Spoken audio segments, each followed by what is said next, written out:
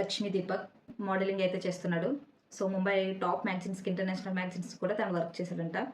So okay. Nice. Navdeep trim తీసుకుంటూ stage మీదకొచ్చాడు. నాకు అప్పుడే డౌట్ కొట్టింది. ఓకే. హెయిర్ బావుంది గదా! శ్రీముఖి అన్నది, "అబ్బా! నీ హెయిర్ చాలా బావుంది" అని చెప్పన్నది. మరి ఎంట్రీ ఉండదంటే, లేదు నేను హెయిర్ అయితే కట్ చేసుకోను.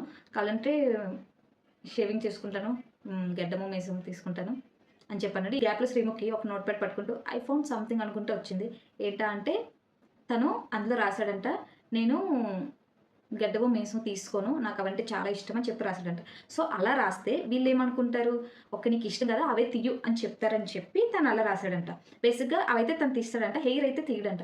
సో, అక్కడ కొంచెం ట్రిక్ ప్లే చేశాడు. బట్ ఆ ట్రిక్ వర్కౌట్ అవ్వలేదు. ఎందుకంటే అక్కడ నవదీప్ వీళ్ళందరూ, ఎందుకంటే చాలా మందిని చూసుకుంటూ వస్తారు గదా! వాళ్ళకి తెలిసిపోద్ది ఆటోమేటిక్‌గా. ఏ పర్సన్ ఏంటి, ఎలా అన్నది తెలిసిపోద్ది కదా! ఆ ట్రిక్ అయితే ఇక్కడ వర్కౌట్ అవ్వలేదు. తను దొరికిపోయాడు. సారీ చెప్పాడు. సో, వీళ్ళేంటంటే, సో, నువ్వు అలా రాస్తే మేము నిన్ను గడ్డము, మీసం తీసుకోమంటాం. హెయిర్ వదిలేస్తామని నువ్వు అనుకున్నావా? నువ్వు మా దగ్గర ప్లే చేస్తున్నావా ఇవన్నీ అని చెప్పి నవదీప్ అది అడిగారు. సో, అక్కడ తను ఒప్పుకున్నాడు. ఓకే. సారీ, మిస్టేక్ నాదే. నేను అకౌంటబిలిటీ తీసుకుంటాను. నేనేంటంటే నేను ఇలా చెప్తే మీరు నా హెయిర్‌ని వదిలేస్తారు అన్న రీజన్‌తో నేను ఇలా చెప్పాను. అబద్ధం చెప్పానని చెప్పి తను ఒప్పుకున్నాడు.